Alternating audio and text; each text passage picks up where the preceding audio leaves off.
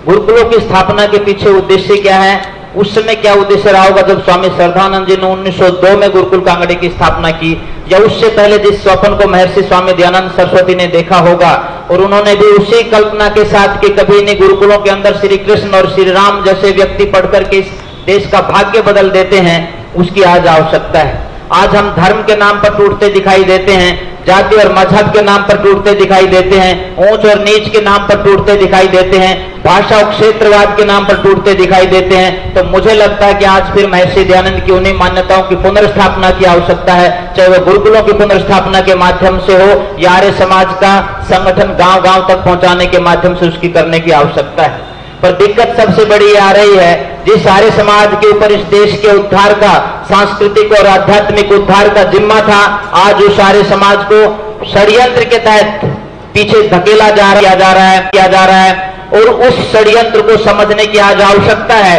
छोटी छोटी बातों का संकेत मैं इसलिए कर रहा हूं, मेरे सामने नौजवान साथी बैठे हैं, आप इस गुरुकुल में पढ़ेंगे या किसी दूसरे गुरुकुल में पढ़ रहे हैं, आप महज शिक्षा लेकर के कहीं नौकरी करने लग जाएंगे, इतना उद्देश्य न तो हमारा है, न पूज्य स्वामी प्रणवानंद जी का है, न महर्षि दयानंद ने कभी ये बात सोची होगी। आज आवश्यकता उन नौजवानों की है जो सिर के ऊपर कफन बांध करके अपने धर्म और संस्कृति की रक्षा करने के लिए आगे आए। कौन वेद का प्रचार करने के लिए आगे आएगा, ये हमें सोचना और विचार करना पड़ेगा। इसकी जिम्मेदारी इन नौजवानों के कंधों के ऊपर है। कौन हमारे ऋषियों की परंपराओं को आगे बढ़ा करके लेके जाएगा, इसकी जिम्मेदारी इन नौजवानों के कंधों के ऊपर है। पर चिंतन के साथ, मनन के साथ, एक एक चीज के ऊपर विचार करने के बाद हम आगे बढ़ेंगे। हम किसी का खून खराबा करने के लिए, किसी को प्रताड़ित करने के लिए कोई काम नहीं करते। हम अपनी सिर्फ धर्म और संस्कृति की रक्षा के प्रचार और प्रसार के काम को आगे बढ़ाने के लिए आएंगे।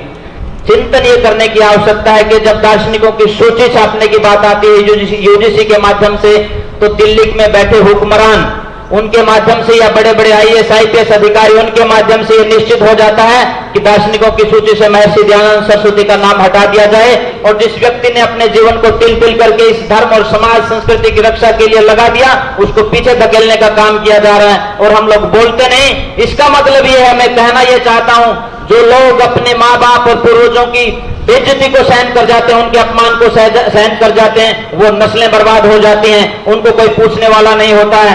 ऐसा ना हो कि भविष्य में आर्य समाज ऋषि दयानंद और आपका गुरुकुलों की स्थापना की लेकर के कहेगा कि आज फिर वेदों की पुनर्स्थापना की आवश्यकता है। महर्षि दयानंद ने जब आर्य समाज की स्थापना की, उस समय एक नारा यहां पर चलता था, स्त्री शूद्रो न दीयताम, स्त्री को और शूद्र को वेद पढ़ने का अधिकार नहीं है। परंतु इसी नारे को, इसके बिल्कुल विपरीत जाकर के वेद के अंदर से प्रमाण निकाल करके महर्षि दयानंद ने कहा, यथे माम वाचम कल्याणी मां वदानी जनेभ्य, इस वेद की पवित्र वाणी को बोलने का अधिकार प्रत्येक को है, चाहे कोई हिंदू के घर में पैदा हुआ है, चाहे मुसलमान के घर में पैदा हुआ है, चाहे ईसाई के घर में पैदा हुआ है, चाहे जिनको हम शूद्र मानते हैं या नीच या छोटी जाति का मानते हैं, सबको वेद पढ़ने का अधिकार है। और न सिर्फ उन्होंने कहा बल्कि उसको लागू करके दिखाया। उसके लिए उनको जिस प्रकार की यातनाएं और प्रताड़नाएं दी गई, आप सभी साक्षी हैं। और इसी पाखंड को मिटाने के लिए महर्षि दयानंद को 17 बार जहर के प्याले पीने पड़े। कितनी बार लोगों ने उनके ऊपर सांप फेंके, कितनी बार पत्थर जो है उन्होंने खाए, परंतु वो अपनी बातों से कभी हटे नहीं, निरंतर वेद का प्रचार करते रहे। और आप लोगों को वो भी शायद बात याद होगी जब कर्नल ब्रुक्स ने कहा कि महर्षि दयानंद सरस्वती, आपको हमारे राज्य में कोई दिक्कत तो नहीं है, बात राष्ट्रवाद की स्वामी श्रद्धानंद जी कह रहे थे। मैं इसलिए बात कहना चाहता हूं, कर्नल ब्रुक्स को जवाब देते हुए स्वामी दयानंद जी कहते हैं, मुझे आपके राज्य में कोई दिक्कत नहीं है। ब्रुक्स कहता तो हमारे राज्य की कामना कीजिए। स्वामी दयानंद जी कहते हैं, स्वदेशी राजा सर्वोपरि होता है, विदेशी राजा कितना भी अच्छा क्यों ना हो, स्वदेशी राजा से कभी अच्छा नहीं हो सकता, इसलिए मैं तुम्हारे राज्य की कल्याण की कामना नहीं कर सकता। वो कहता है कि मैं आपकी शिकायत मल्लिका विक्टोरिया से कर दूंगा।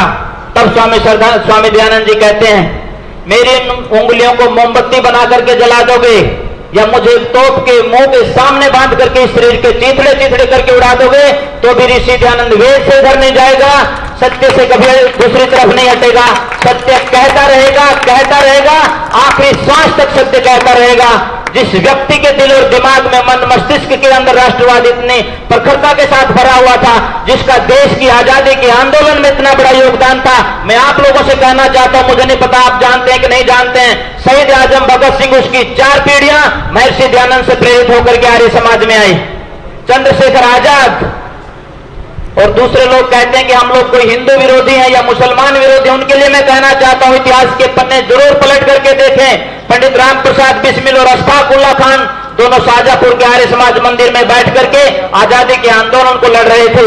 एक कोने में बैठ करके नमाज पढ़ रहा था, दूसरा संध्या कर रहा था। जब देश की आजादी के आंदोलन की बात आती थी तो दोनों आगे बढ़ करके काम करते थे। और एक समय हुआ है जब मुसलमान लोग वहां आर्य समाज मंदिर को गिराने के लिए आए, उसके ऊपर हमला करने के लिए आए, तो अशफाक उल्लाह खान गेट के ऊपर खड़ा हो जाता और कहता है, यदि किसी व्यक्ति ने मेरे साथी की इबादत की जगह को तोड़ने का प्रयास किया तो मेरी गोलियां उनकी छाती को छलनी कर देंगी। ऐसे व्यक्ति को आर्य समाज के माध्यम से इस देश की आजादी में सबसे अग्रणी संख्या में स्थान पर ला करके किसी व्यक्ति ने खड़ा किया तो वो राम प्रसाद बिस्मिल था। महर्षि दयानंद सरस्वती के विचार थे कि एक कट्टर मुसलमान को इस देश की आजादी के लिए प्रेरित किया आर्य समाज मंदिर में रह करके। हम सामाजिक सौहार्द की बात करने वाले लोग हैं, हम इस देश की उन्नति की और विकास की बात करने वाले लोग हैं। यदि आपके ऊपर आरोप लगा दिया जाता है कि ये तो हिंदू समाज के दुश्मन हैं, अक्सर वो लोग जो आपकी विचारधारा से द्वेष करते हैं, जिनके दिमाग में कुछ चलता है, व्यवहार में कुछ चलता है, वाणी से कुछ निकलता है, उन लोगों को आज पहचानने की आवश्यकता है। और मैं इस मंच के माध्यम से खंडन करता हूं एक संघ के बहुत बड़े अधिकारी का, जिन्होंने 29 मार्च को इसी हैदराबाद के अंदर निजाम की बड़ी तारीफ की है और उन्होंने कहा कि निजाम बहुत बढ़िया आदमी था। यदि निजाम बढ़िया आदमी था तो आपको ठुकराना पड़ेगा।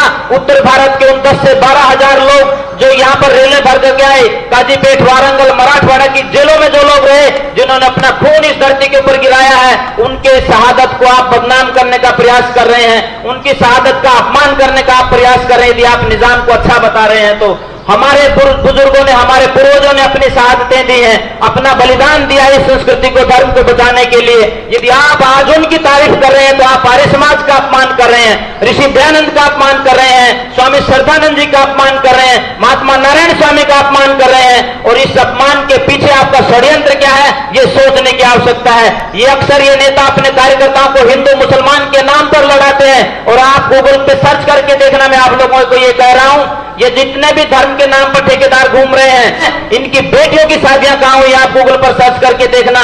हिंदू और मुसलमान को लड़ाना आसान है, लेकिन वैदिक सिद्धांतों के ऊपर चलना, उसके ऊपर विचार करना, इस देश की उन्नति और विकास की बात करना, यह बहुत कठिन है। इस पर सिर्फ और सिर्फ आर्य समाज चलता दिखाई देता है, दूसरा कोई संगठन चलता दिखाई नहीं देता है। मैं कहना यह चाहता हूं कि आज आर्य समाज की सबसे ज्यादा आवश्यकता है, इन गुरुकुलों की सबसे ज्यादा आवश्यकता है। और आवश्यकता इसलिए है, आप मेरे सामने बहुत बड़े बुजुर्ग बैठे हुए हैं, मुझे कहने में उन शब्दों में संकोच आ रहा है। इस देश के अंदर भारतीय, जिसको सांस्कृतिक प्रधान देश कहा जाता था, जिसको विश्व गुरु कहा जाता था, जिससे प्रेरणा लेने के लिए विदेशों से लोग आते थे, आज उस देश के अंदर सुबह होते ही 20 करोड़ कंडोम बिक जाती हैं, 5 करोड़ से ज्यादा सिगरेट एक स्टेट के अंदर बिक जाती हैं, शराब की नदियां जिस देश में बहाई जाती हैं। 21 साल हरियाणा में कर दी गई, मुझे यहाँ का नहीं पता है। 21 साल का नौजवान शराब पी सकता है और 21 साल शादी की उम्र निश्चित कर दी गई है। अर्थात इसका मतलब यह है, जिस दिन आपकी शादी हो उसी दिन से ठेके के ऊपर चले जाइए, शराब में अपनी जिंदगी को बर्बाद कर लीजिए। इसलिए मैं कहना चाहता हूं कि इन समस्याओं को, इन षड्यंत्रों को रोकने के लिए इन गुरुकुलों की आवश्यकता है, इन सन्यासियों की आवश्यकता है, ताकि ये अपने धर्म संस्कृति की रक्षा के लिए आगे आ सकें। इसीलिए आज आर्य समाज की आवश्यकता है। सिर्फ इतना कहते हुए हमें जागने की आवश्यकता है, और ज्यादा सचेत होने की आवश्यकता है। ये गुरुकुल रहेंगे, हमारी संस्कृति बचेगी, अन्यथा तो ये नौजवान कब उस पतंग से जिसकी डोर कट जाती है, किसकी छत पर जाकर के गिरती है, नहीं पता चलता है। यदि ये नौजवान नहीं संभले, कब इनको आप जो है थानों से, ठेकों से उठा करके लेकर के आएंगे। पहले समय अलग था, जब 4-4, 5-5 बच्चे होते थे, इनमें से एक शराबी भी बन जाता था तो कोई बात नहीं थी। आज तो एक बच्चा है, यदि वो शराब की दलदल में फंस गया, वो जुए की दलदल में फंस गया, वो व्यभिचार की दलदल में फंस गया, तो आपकी संतान बर्बाद हो जाएगी। आप जिसको कहते हैं कि वंश चलने की बात, आपका वंश बर्बाद हो जाएगा। वंश होने का चलता है जो अपने पूर्वजों से प्रेरणा लेते हैं, अपने इतिहास से प्रेरणा लेते हैं, और जो इतिहास को भूल जाते हैं, भूगोल में उनकी जगह नहीं होती। ऐसा ना हो कि आर्य समाज का नाम लेने वाला कोई ना बचे। इसलिए हमारे सन्यासी इन संस्थाओं की स्थापना में लगे हुए हैं, ऋषि ध्यान के विचारों को आगे बढ़ाने में लगे हुए हैं, वेद की मान्यताओं को जन जन तक पहुंचाने में लगे हुए हैं। तो आप सबको एक बार फिर नववर्ष की शुभकामनाएं देते हुए, और आदरणीय डॉक्टर धनंजय जी को, पूज्य स्वामी प्रणवानंद जी को बहुत बहुत शुभकामनाएं। और जहां पर भी आपको लगेगा कि मैं या मेरी टीम आप उसकी आवश्यकता है तो हम आपके साथ बिल्कुल एक कार्यकर्ता के तौर पे आपके साथ खड़े हैं। जहां जैसा आपका आदेश हो हमारे लिए वो सर्वोपरि है। आपने मुझे सुना, बहुत बहुत धन्यवाद। आप अंग्रेजी दवाओं से परेशान हैं या फिर रोगों से परेशान होकर संसार से उठ जाना चाहते हैं? उठ जाने से पहले नाड़ी वैद्य काय क्लब पर आइए और अपने सभी रोगों का आयुर्वेद में सही समाधान पाइए। साथ ही इस वीडियो को ज़्यादा से ज़्यादा लाइक करें, कमेंट करें, शेयर करें और चैनल को सब्सक्राइब करना ना भूलें।